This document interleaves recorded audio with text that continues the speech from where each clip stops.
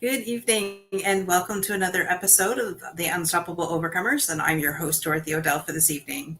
I would love to thank tonight's sponsor of the show, the Left Foot Coach, an innovative entrepreneurial venture partner that will take your income and self-expression to the next level. With his established 5-pillar methodology, the Left Foot Coach can help you build a solid foundation for success and expand your full potential. As a venture growth coach, the Left Foot Coach is dedicated to partnering with you and your established business to help you grow your income and achieve your goals. Whether you're an entrepreneur or a professional looking to take your career to the next level, the Left Foot Coach can provide you with guidance, support, and resources you need to succeed. If you're ready to unlock your full potential and achieve your dreams, then schedule a free 30-minute inquiry call today with the link that I'm ready to give you. And trust me, as a client who's experienced his growth interventions already, you don't want to miss this opportunity. And so if you would definitely like to book your time, go to calendly.com/xin left, left, /30 minutes. I tried to put it up in the comments and it wouldn't come up, but we'll get you that information. But I would love to bring Marcia Washington to the show. Welcome so much, Marcia. Oh, thank you so much, Dorothy, for allowing me to be a part of your show. And by the way, the name is Marcia. I know it looks like Marcia. I probably should have mentioned that before. Looks I'm like sorry. Marcia. That's okay, but it's actually Marcia, like, Marcia Brady. I think Love you're it. old enough to remember I Brady. I love the Brady Bunch. I Okay. absolutely love the Brady Bunch. And it's funny because now I'm dating myself. Well, I just turned 47 last Oh, week, so my. So you're watching it in repeats, or you've seen the repeat, yes. in the what do you call syndication. I saw the original version. Ah, Oh, I love it. So, Marcia, thank you so much for being here. Can you tell our um, audience a little bit about yourself and what it is that you do?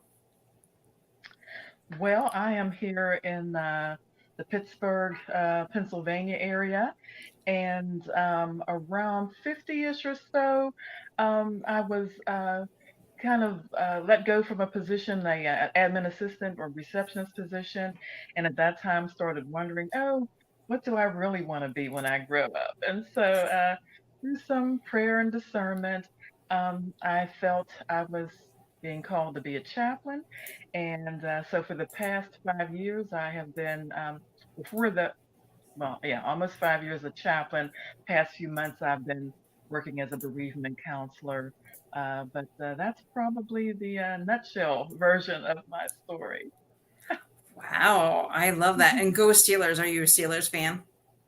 I am a Steelers All fan. right.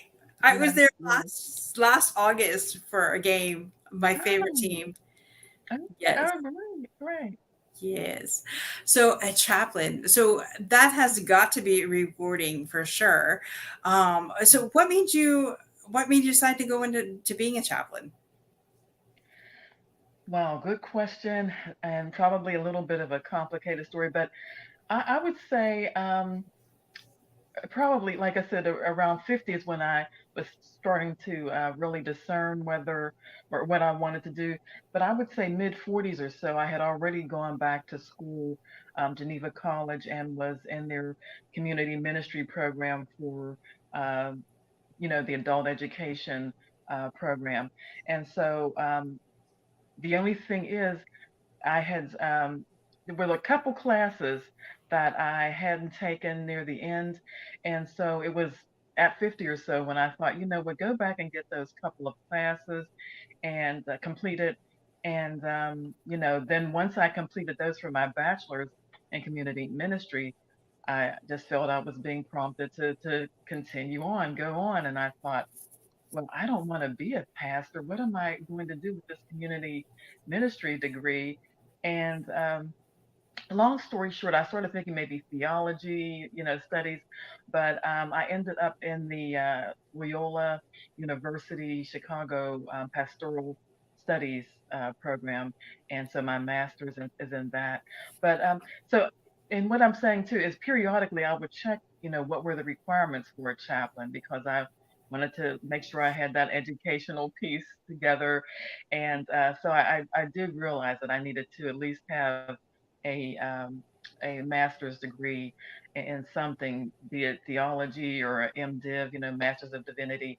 But I needed those under my belt in order to um, get into chaplaincy. And so, yeah, it is rewarding. It can be challenging, but I love it. I love it.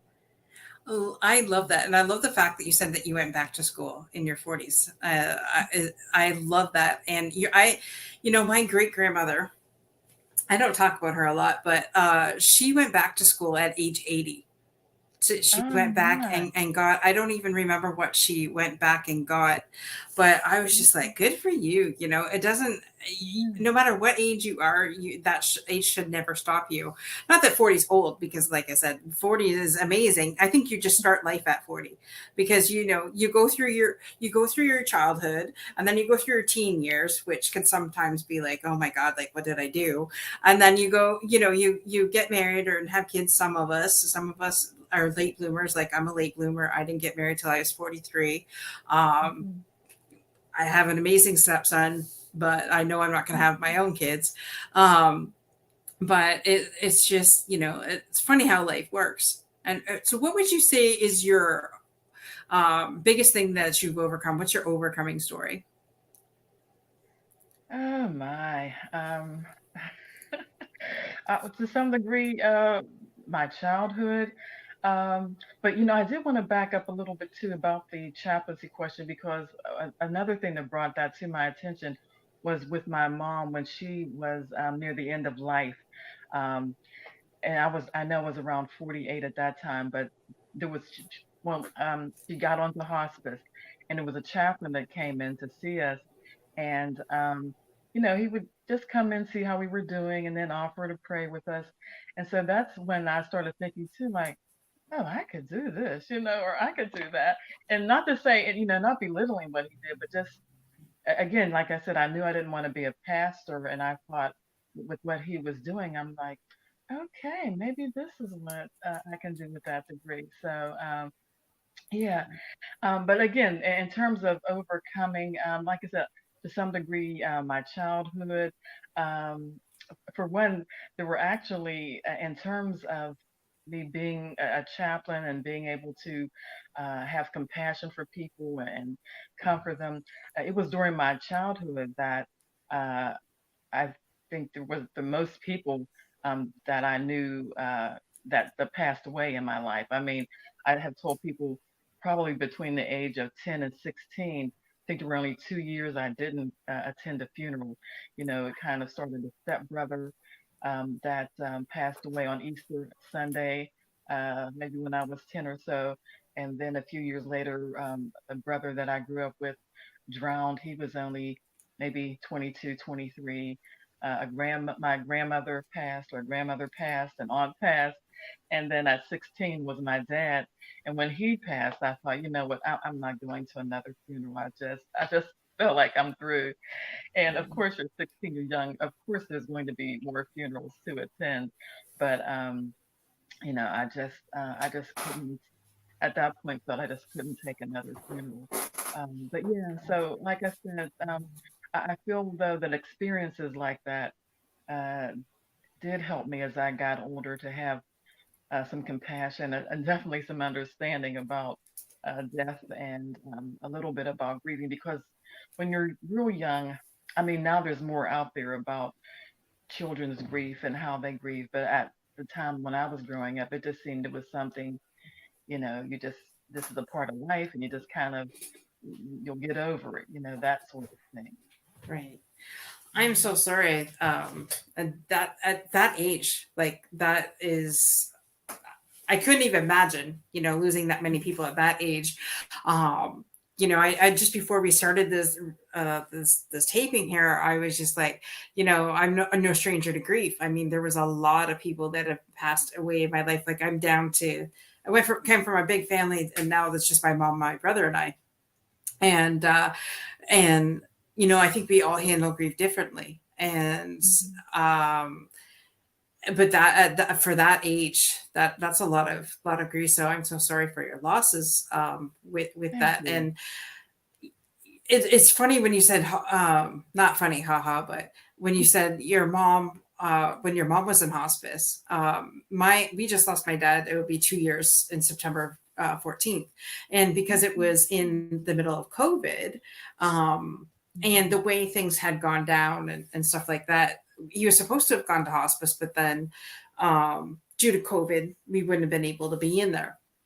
And so it's like, do we keep them home or do we, set that up, right? And so we basically made our own hospice in our house, in my mom's, in my parents' home, and took care of him, for the last 9 days. And it's funny. Holding his hand, watching him pass away, it was this like, why am I going through this? Like, this is my hero, this is my rock. Like, why would God be doing this, right? And Mhm. Mhm. but then I'm like, okay, this is to help other people. And I Mhm. felt like, I'm dedicating my life to helping others, be able to share their story and to be able to talk about the things that, no one wants to talk about, or giving people a platform that could really help somebody. And so tonight, talking about bereavement and hospice and things like that, when you said, watching, being there for your mom, I totally get that. And, it, my uncle used to have a saying, what doesn't kill you makes you stronger. Yes. Right. Right. Yeah. Absolutely. And Mhm. and so now you get to definitely be there for those people in their time of need, right? And things like that. Exactly. And I maybe that's at such a young age, get experiencing all that loss, it's possibility that maybe that also led you to what you're doing today too. Yeah, and that's the thing too. When I was applying for my first hospice position, and so of course I didn't have any background or chaplain position. I didn't have a background, so it's kind of when I'm doing my cover letter, thinking, what can I say? And so I just, put in the cover letter that I felt that almost for the good part of my life, it was preparing me for being a chaplain. And I had put in about, some of the deaths in the family. And then even before my dad passed, he had had emphysema for a number of years. And so even helping my mom care for him, having the emphysema, it was all to me a part of the preparation process. Right Mhm. now, it's just a question, and you don't have to answer this. But when you said, you taking care of your dad and taking care of your mom, have you ever got to a point where you're just tired of taking care of people? Because that was, that was my life. Like, taking, my parents were always ill growing up and things like that. And I get to a point now where I'm like, I don't want to take care of another person. Right. Yeah, and I heard your one interview where you were talking about that, your parents being ill and that. But not really, because with my mom, first of all, even though my dad passed when I was 16 and he was only in his 60s, my mom lived to be 98. And Wow. so with her, though, she actually lived on her own for quite a while. It was mainly in those past couple of years, that, like I even had family saying, it's not good for her to be on her own anymore. I mean, like the housekeeping, she couldn't keep up. And with me, a lot of times going over after work, I mean, I was more of the person, I would run the errands, go out, do the grocery shopping, what have you. But then I wouldn't have the energy to do too much in terms of the housekeeping. And so things were just, not doing well there in that area with her being on her own. And um, so that's what I mean in terms of caregiving. I just feel like I didn't do it so much like a full-time thing, and she wasn't in our home or me and my husband's home and all of that. But yeah, it was just a thing of, like I said, trying to step in and do what I could when I could. Yeah. Right. Right. Absolutely. I definitely get that. And wow. So, what would you think is the most rewarding part of what you do now? Well, the most rewarding part in terms of with being a chaplain is actually hearing other people's stories. I know I was listening to your interview and how you came to write your book, and I thought, you know what, I have sat down with people that I've even said to them, like, wow, you could write a book, or, and so I am that type of person. I have that type of curiosity that I like to hear what other people have gone through, what their experiences have been. Even I used to be quite a bit of an somewhat of an avid reader, really enjoyed reading. Now I don't have too much time for it. But when I used to read books, I always enjoyed reading biographies or autobiographies, and just getting into other people's lives, what they've experienced and what they've gone through. And a lot of them, of course, I learned were overcomers. They uh, had definitely had some tragedy in their lives before there was triumph and all of that. So, but yes, Abs- that's one of my favorite parts, hearing other people's stories. Yeah, and that is so rewarding. Like when you hear, and I guess that's really why I started this show. I like you said, I had wrote the book. The book covers the first half of my life here. Overcoming bullying, low self esteem, abusive relationships, family traumas, including the suicide of my uncle, and it was. You know, I had felt that way. I felt like, man, I've been through a lot. It must be to help somebody else, and that's why I formed the book. But in forming the book, that was the easy part. The hard part is getting it out. Like no one knows this woman from Windsor, Ontario. So in doing that, just being interviewed by other people on their shows, but then just really networking and finding some amazing human beings that have such an incredible story. Like if you think that you have it bad, just wait, because I guarantee you there's somebody out there that has it worse than you do. And so just being able to listen to that, and a lot of people just really want to be heard. They want to be seen, they want to be heard. um, in dealing with a lot of our veterans and mental health issues that I've come across the last 2 years, it's been the main thing is people just want to know they're not alone. They want to be heard, they want to be seen, and they just want to feel appreciated. And so, definitely hearing these stories of incredible courage and, overcoming and things like that. And um and I know you obviously deal with grief a lot, with bereavement and things like that, and sometimes that can be overpowering. How do you deal with that on a constant basis? Right. It at times it can get to you. I would say, and now that I am a bereavement counselor, because that's what I've been doing the past few months since about March of this year, it can be tough, especially when you're encountering individuals that were relatively young when they passed, maybe only in their 40s, and if there's small children involved, it definitely can be. Pretty tough in those situations. Um, but I am a couple things. I'm somewhat of a music person, so in my downtime, I do like to enjoy just some good music.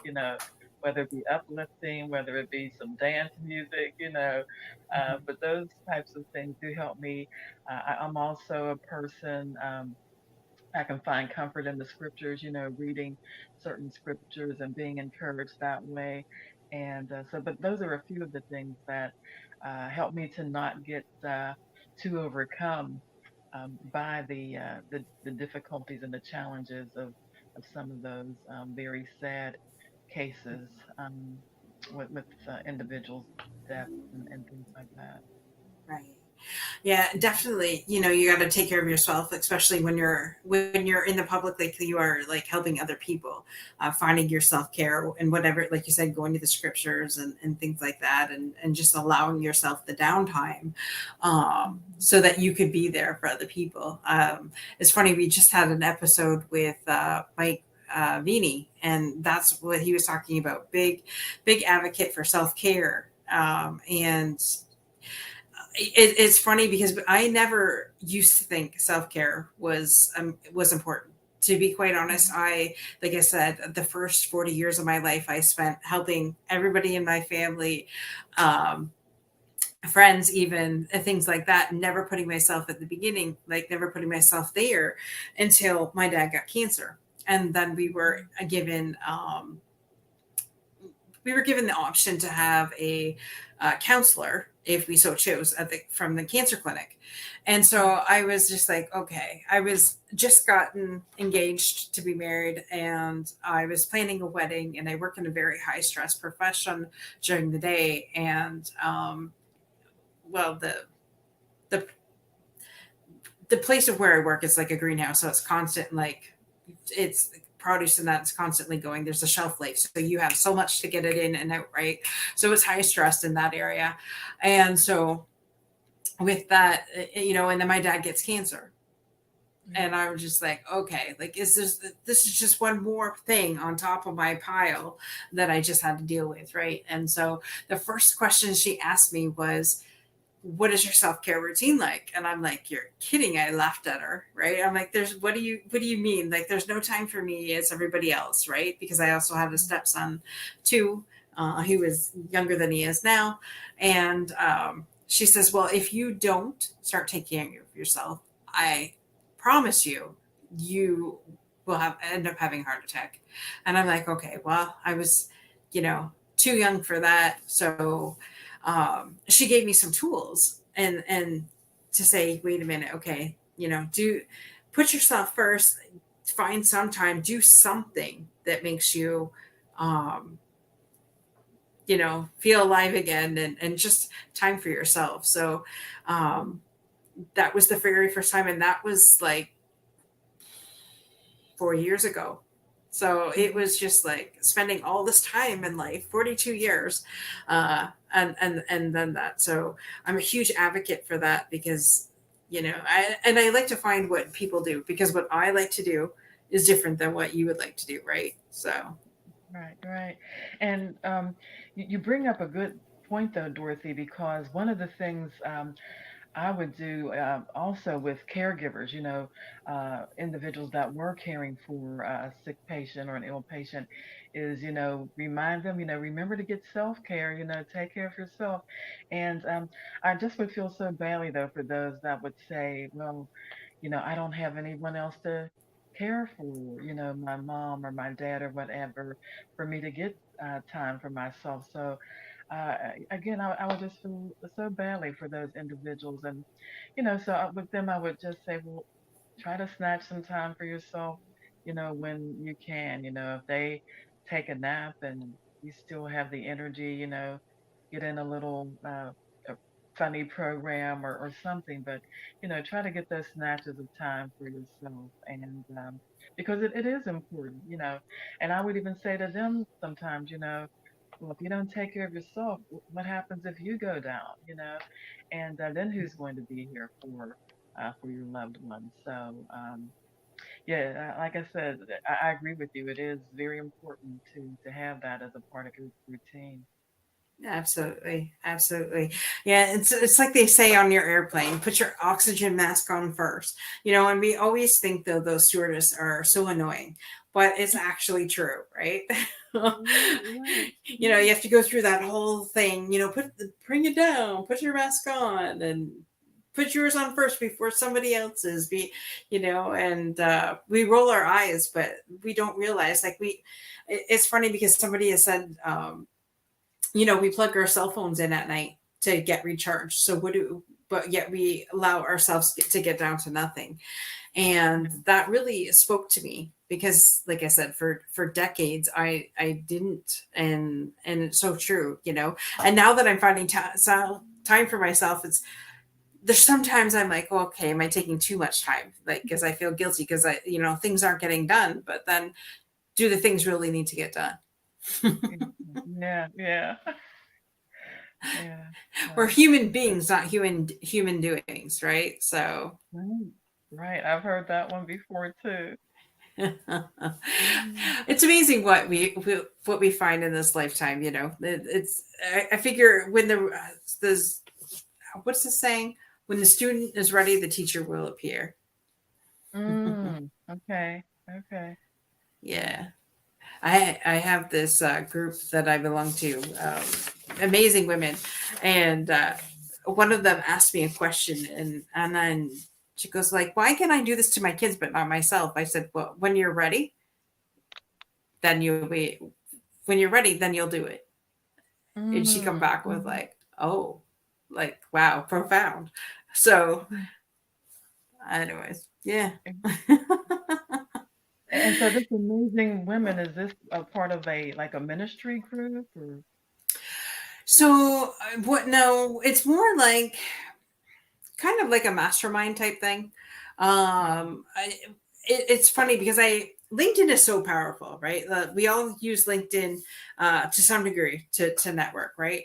Well, it's funny because I went to go on some woman's podcast, Rock Climbers or something, Rock something, and Mm, her name is Karen. And so I was talking to her, trying to get on her podcast to um, promote my book. That was back then. And so she goes, "Well, I'd love to have you on the show, but I really need you to connect you to this woman named Jen Zahari."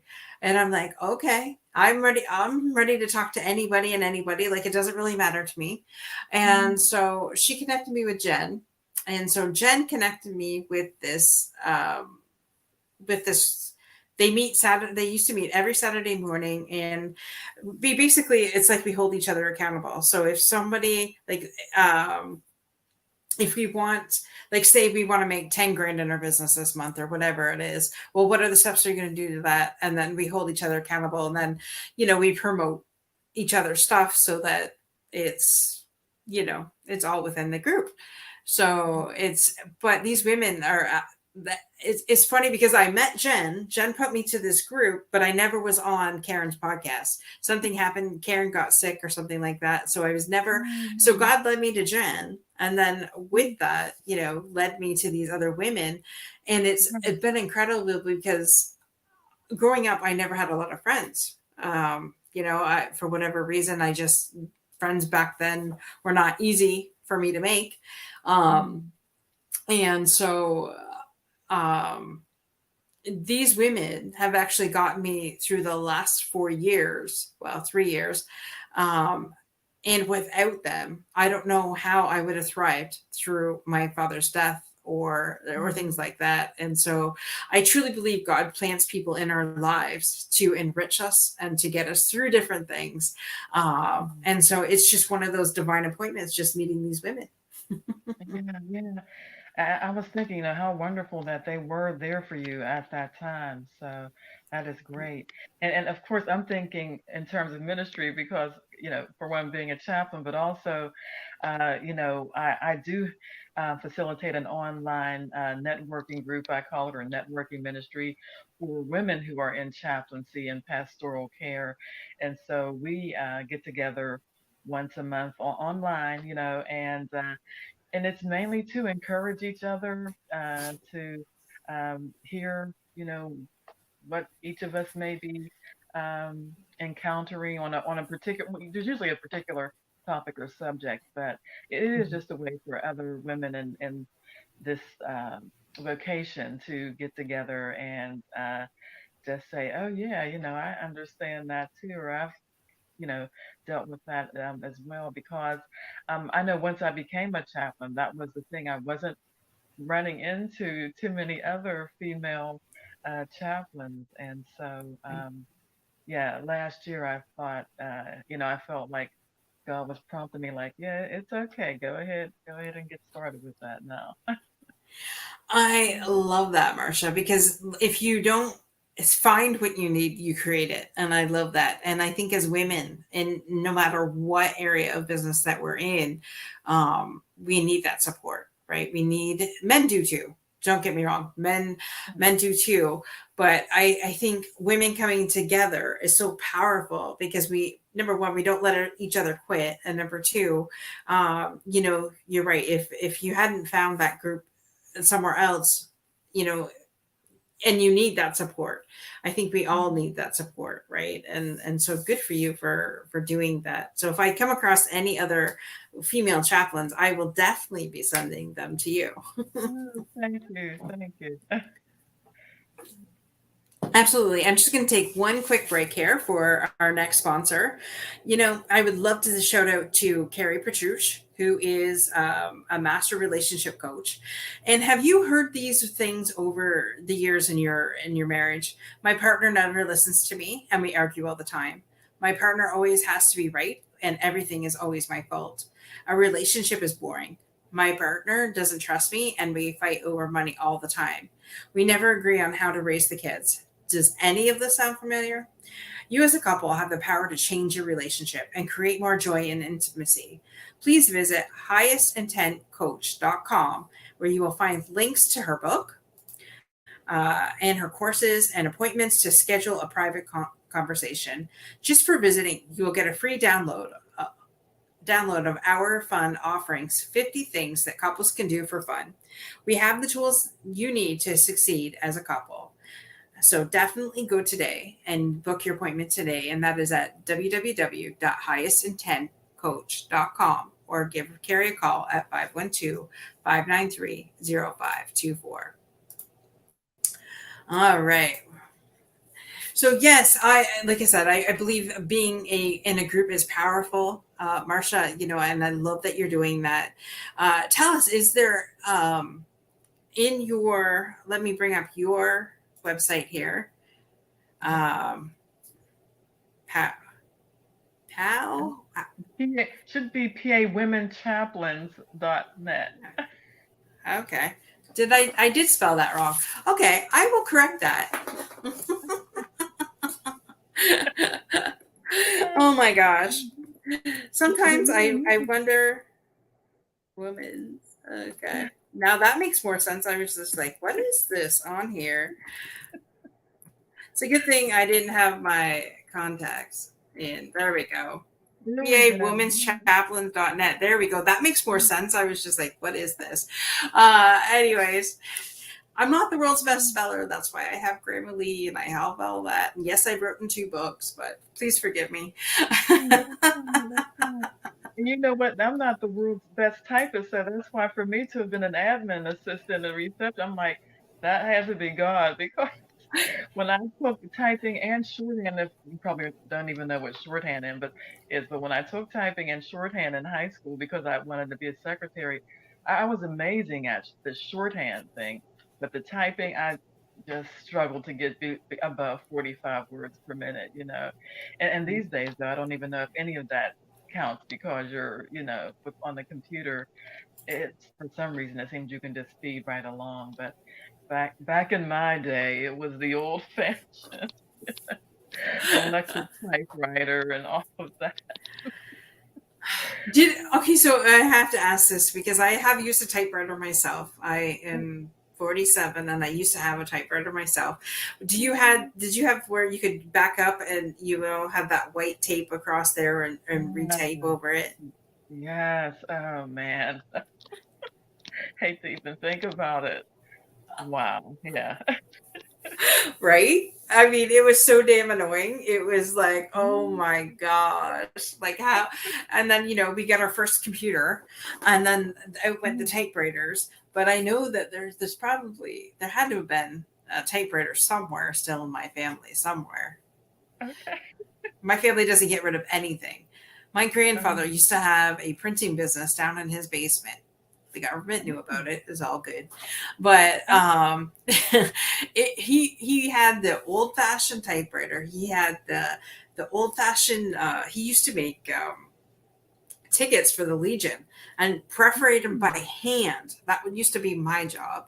So, and then the this stamp that would put number them all, and that was all by hand. I'm like, Grandpa, like Mm. seriously, get with the times. But of course, that was 21 years ago that he passed away. So, I mean, Mm. everything was by hand back then, and so I get where you're coming from with the typewriter. Mm. Yes, yes. Um, I yes. can't even imagine what he would think of a computer, but who knows? Right. Yeah. Oh, this is definitely. I love this. I mean, like I said, I don't think there's been too many chaplains that we've had here on the show, and especially with um, you working in hospice and things like that. I know hospice is a great organization that helps people in their last times of need, right? And so, um, thank you for doing what you do because I know it's important for families Um, that that welcome. need that help. And And so, then, what? Oh, go go ahead. ahead. Well, I was going to say the other thing that with having this women's chaplains group, is I did want to bring together different types of chaplains because that's the other thing. Usually, when you think of a chaplain, for people that are familiar with chaplains at all, they usually think the military or the hospital, now sometimes hospice. But there are just so many different types of chaplains. And so that was my other desire, was to bring together different types of chaplains. Now, at this point, most of us are either hospice or um, there's someone that works at a psychiatric institute. But it's more of those types of things. But I would love to get chaplains that are college chaplains or, school chaplains. And then there are chaplains. And the WNBA, I've run across women that were chaplains in the WNBA, Wow. and so there's just so many different types of, well, and of course senior communities. Some of them have their own chaplains, but yeah, there's just such a variety of different chaplains out there that you'd be amazed by that as well.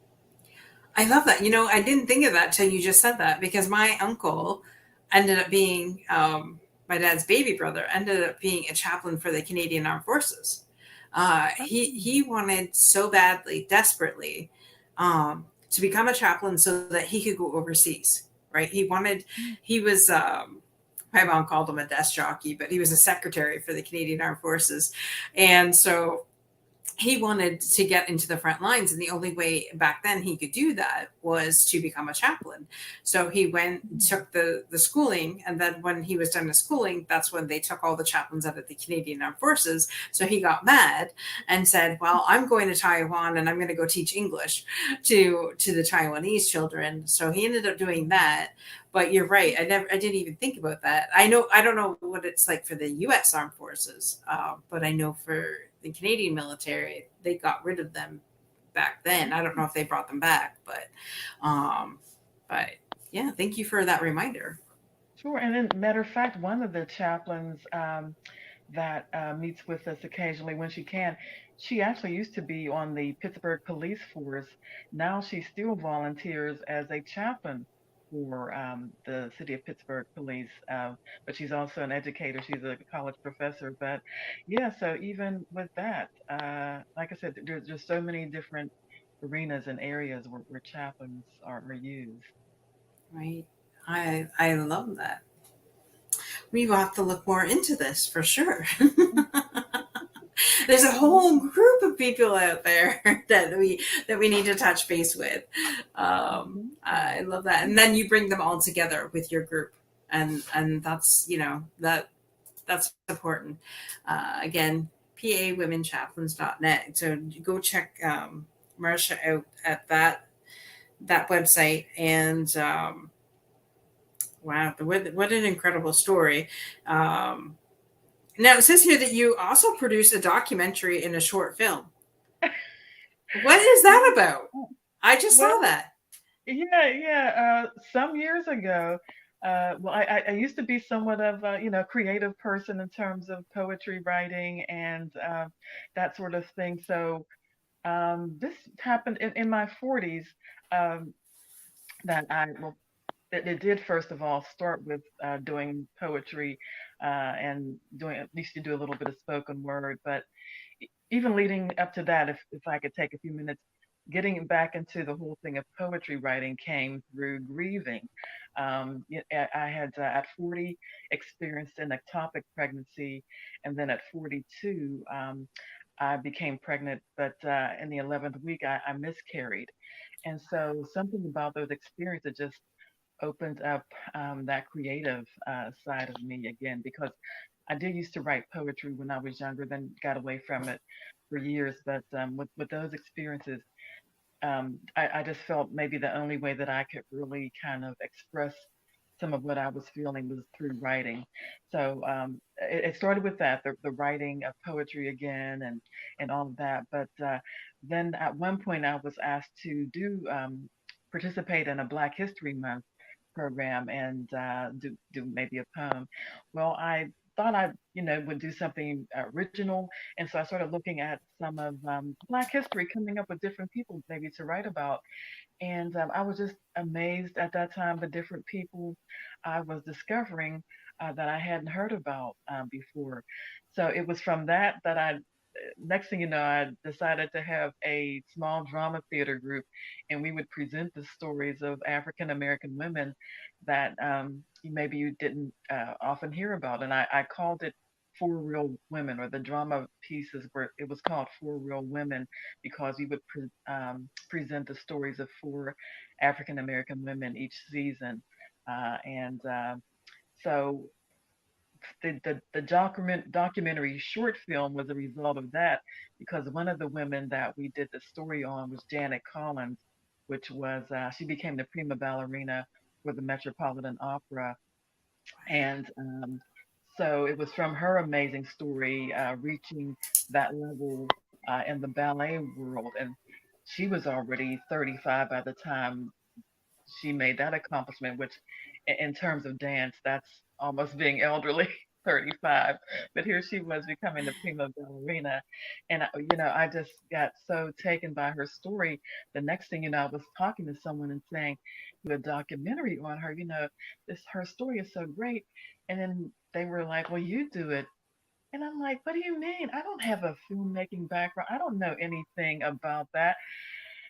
But, anyway, next thing you know, I'm putting together this documentary short film and got to go to New York, and I interviewed her cousin, which is the amazing Carmen de Lavalot, but got to sit and interview her.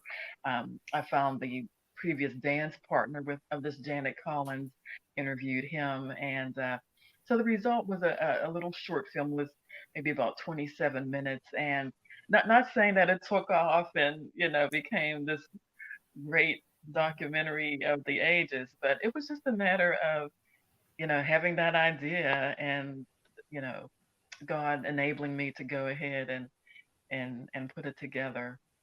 Wow, that is so incredible. Congratulations on that. That Thank is you. awesome. So you're my second documentarist. My first one was Valerie Mark. She was on the show. She met the Dalai Lama.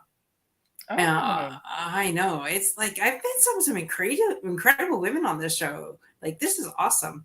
I'm in greatness tonight. Like seriously, somebody who's made a documentary. I love it. Well, it's funny because I want to do that for my veterans. Create a mm, documentary and get it out there, right? yeah. So if anybody's out there that is interested in helping our veterans, let me know because I have some amazing guys and well, men and women both that have some amazing stories that need to be heard to the world.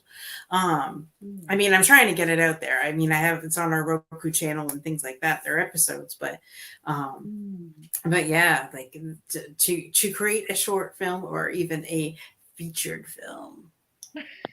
There we go. Oh my gosh. Now I won't be able to sleep tonight. Thanks, Marcia. Well, I wanted to say I pray that happens for you. Let someone hear this that will, get in touch with you and help you put that together because yeah, I'm sure there's so many great stories that our veterans could tell, uh, and that you've Absolutely. heard. So yeah, it would be great to get those stories out there. Absolutely. But a prima ballerina, like seriously, that is awesome. And Great challenge. Yeah. when you said that in the grief process, it's good to have the good creative side, and that is absolutely true. Like, um, yours was with poetry and the documentary, and I think a lot of us, if we tapped into that, like grief could go either way. We could choose to go to the dark side of grief, or we could choose to be the light in grief, right? And so it's all in what we choose. And I love the fact that you use your creative outlet to be able to, um, move through grief. I just love that you did that. Yeah, I was gonna say it just channeled it into writing or, this creative outlet that suddenly was reborn, in me, so to speak. Yeah. Right, right. And that is so awesome. Um, that's another thing I'll have to put piece together, because um, yeah, I think a lot of us are creative in our own way. Like my mother is very crafty, and I used to always make myself wrong for it, because my mom can crochet anything. My mom can take 5 different patterns, put it together, and make the most beautiful tablecloth you ever wanted to meet. She did it for Mm. my dad's baby sister. And so my dad's other sister wanted a piece too. And my grandpa's like, "Do you realize she took 5 different pieces and put it together? She's never going to be able to do that again. Leave the woman alone." Right.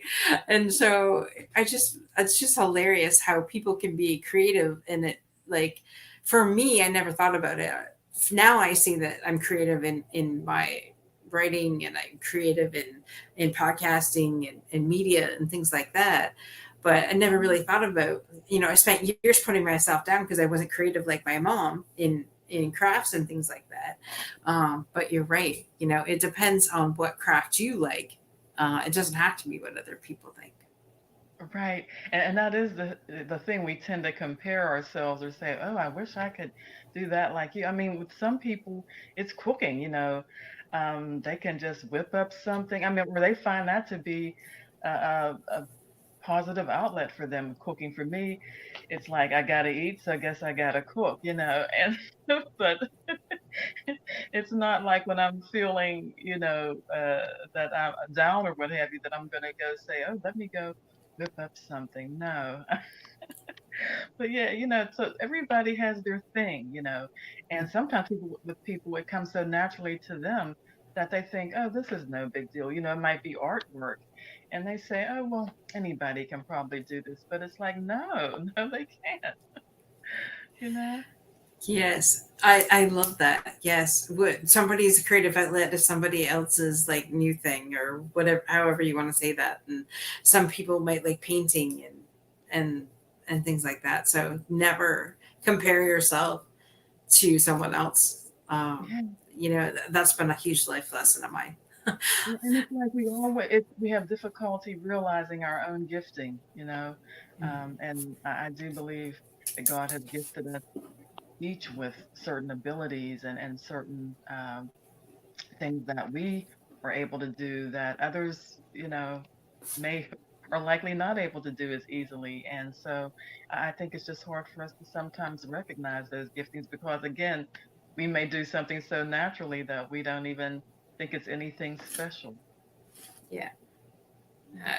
Absolutely. I'm just writing that down. I like to sometimes write notes down, and I love that you said that your gifts are your gifts, and don't compare yourself to somebody else. Um, No. Yeah. right. I think we do that a lot. A lot as women, especially comparing ourselves to other people, and it doesn't get us anywhere except frustrated and anxious. So we need to quit that. Right, right. And I think with social media, it even brings it out more because you're looking at all these wonderful pictures of people and their lives seem perfect. And, the next thing it's like, oh, look at her living room, how nicely she has that arranged. Or, Yes. different things. And so when I find myself going down that road, it's like, okay, you've had enough. It's time to get off of here now. Yes, I totally am with you on that. I used to think that with my body, and the first time I don't know why, but I was never a huge magazine person. And I went into over here, we have called Shoppers Drug Mart. Over there, you guys have got Walgreens or CVS. And so I went into Shoppers Drug Mart trying to pick something up for my dad just before he passed away. And I saw Health Magazine. On the front cover was Heather McGrady. I think her name is, I think your first name is Heather, a plus size model. And I'm like, what is this? Hunter McGrady. Sorry, Hunter McGrady is her name. And I'm like, what is this? I've never seen a plus size model, because for years, if you weren't a size 2, then, society said you weren't good enough. Yeah, even some of your family members said you weren't good enough, but that's a whole other story for a whole other day. Anyways, so, in seeing this, it got me thinking, how powerful is this, that a plus size model is now on the cover of Health Magazine. And so it's showing us as women that we're changing society, we're changing the world one day at a time. And so it's just wonderful and powerful on, what we can do as women and as a collective. Right. And I love the fact that you're putting all female chaplains together to be able to strengthen each other and help each other in whatever capacity. So I love that you're doing that, Marcia. Oh, thank you. Thank you. And yeah, and then we're right now planning a conference that'll be in September, and that'll be here in Pennsylvania. But so hoping to, again, even have a greater number of women chaplains coming together so that we, can be in this positive environment together, hear some inspiring speakers. And a matter of fact, that the person I mentioned, I used to be a police officer and now is a chaplain on the police force. She's going to be one of the featured speakers, because, I mean, she just has an amazing story herself. And so, yeah, well, just something else that I'm really, psyched about right now. I'm looking forward to, even though it's a bit of work putting it together. But Yes. I just hope it'll be a blessing to all the women that come out and attend. You'll have to give us more information about that as time goes on, and definitely let us know when that is and how we can support you with that, because I truly would love to support you and getting people there for that event. Oh, great, great. Absolutely. Well, thank you so much. And normally this time, Kimberly would come up and she would do the fundamentals. However, she's not feeling well tonight. So we will go over the fundamentals. So, Marcia, what would you say is your 3 fundamentals, your 3 core beliefs that make you you?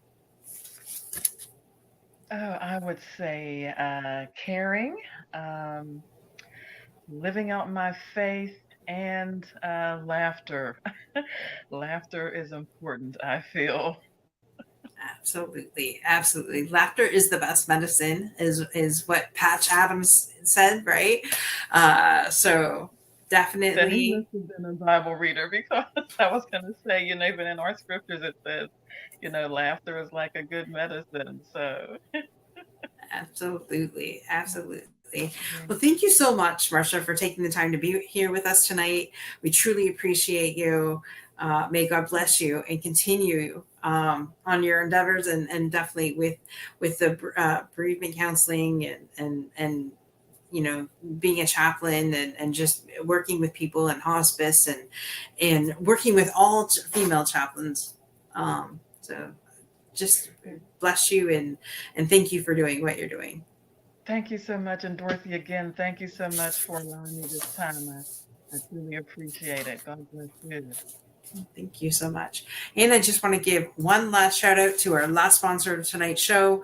Did you know that doTERRA essential oils can help support the body physically, mentally, and emotionally? And to help you achieve optimal health, aromatherapy is a very powerful tool. For more information, go ahead and contact Bonnie right now at 810-414-0929, or go to her website at www.beoilywithbonnie.com. Again, thanks for being with us tonight, folks. Be unstoppable in all that you do, and come back and join us next week, same time, same channel. And don't forget to check us out on our Roku channel, Unstoppable Overcomers over there as well. And if you like podcasts only, then check us out on our podcast at Unstoppable Overcomers on Spotify or iHeartRadio.